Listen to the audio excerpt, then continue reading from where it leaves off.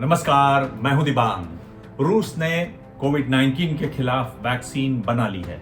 ये बड़ा दावा किया रूस के राष्ट्रपति व्लादिमीर पुतिन ने।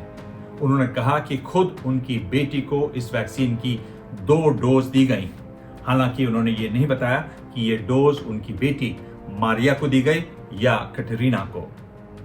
वैक्सीन का नाम रखा गया है स्पुतनिक वी यानी वैक्सीन।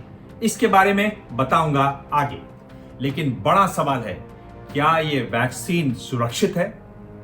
क्या ये वैक्सीन प्रभावशाली है? और क्या इस वैक्सीन से अब दुनिया में कोरोना खत्म हो जाएगा? और क्यों इस वैक्सीन को लेकर दुनिया भर में उठ रहे हैं सवाल? आज होगी बात।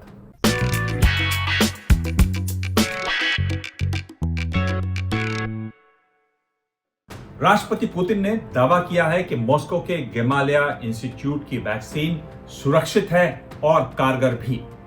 सितंबर में बड़े पैमाने पर इसका उत्पादन शुरू हो जाएगा।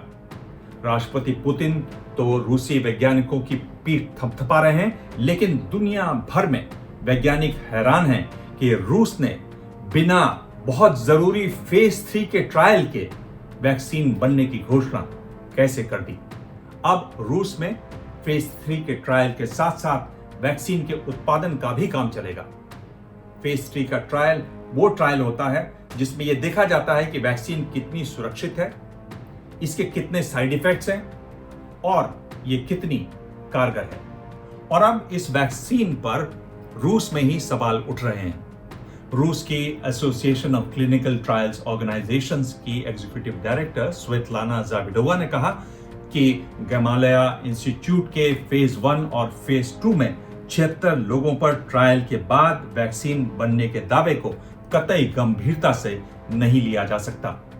वैक्सीन की डोज सबसे पहले कोविड-19 के खिलाफ काम कर रहे डॉक्टरों और कर्मचारियों के साथ शिक्षकों को दी जाएगी। इस बारे में मॉस्को के शिक्षकों ने कहा है कि उन्हें सरकार पर कतई भरोसा नहीं है और वो इस वैक्सीन के लिए तैयार नहीं है। अब ये बात समझने वाली है, रूस में 17 जून से शुरू हुआ ह्यूमन ट्रायल। 76 लोगों ने हिस्सा लिया। ज्यादातर लोग रूसी सेना के रहे। उनमें वैक्सीन की वजह से कोई साइड इफेक्ट्स नहीं दिखाई दिए, जबकि आज रूसी राष्ट्रपति व्लादिमीर पुतिन ने कहा कि उनकी बेटी को 2 बार वैक्सीन की डोज की वजह से बुखार हुआ। इससे शक पैदा होता है कि रूसी सैनिकों ने दबाव में अपना बयान दिया। दुनिया भर में इस बात की भी हैरानी है कि रूस के ह्यूमन ट्रायल के फेज 1 और फेज 2 के बारे में न कोई साइंटिफिक एविडेंस है, न कोई साइंटिफिक डेटा और न कोई पेपर किसी जर्नल में छपा है। इससे भी शक पैदा होता है। एक और बहुत महत्वपूर्ण बात, रूस के स्वास्थ्य मंत्री मिखाइल मोराशको का कहना है कि वैक्सीन की वजह से एंटीबॉडीज तो बन रही हैं, लेकिन ये शायद 2 साल तक ही इम्यूनिटी दे पाएगी। एक और बड़ी बात, रूस की एलीट खुफिया एजेंसी SVR पर कोरोना वैक्सीन बनाने की जानकारी चुराने के आरोप लगे हैं। ये आरोप लगाए ब्रिटेन, कनाडा और अमेरिका ने। न्यूयॉर्क टाइम्स अखबार से बात करते हुए ऑक्सफोर्ड यूनिवर्सिटी के वैज्ञानिकों ने कहा कि रूस की वैक्सीन बनाने की कोशिशों और उनके काम में चौंकाने वाली समानताएं हैं। रूस में कोरोना के मामले अब 10 लाख तक पहुंचने वाले हैं। ये दुनिया में चौथे नंबर पर है।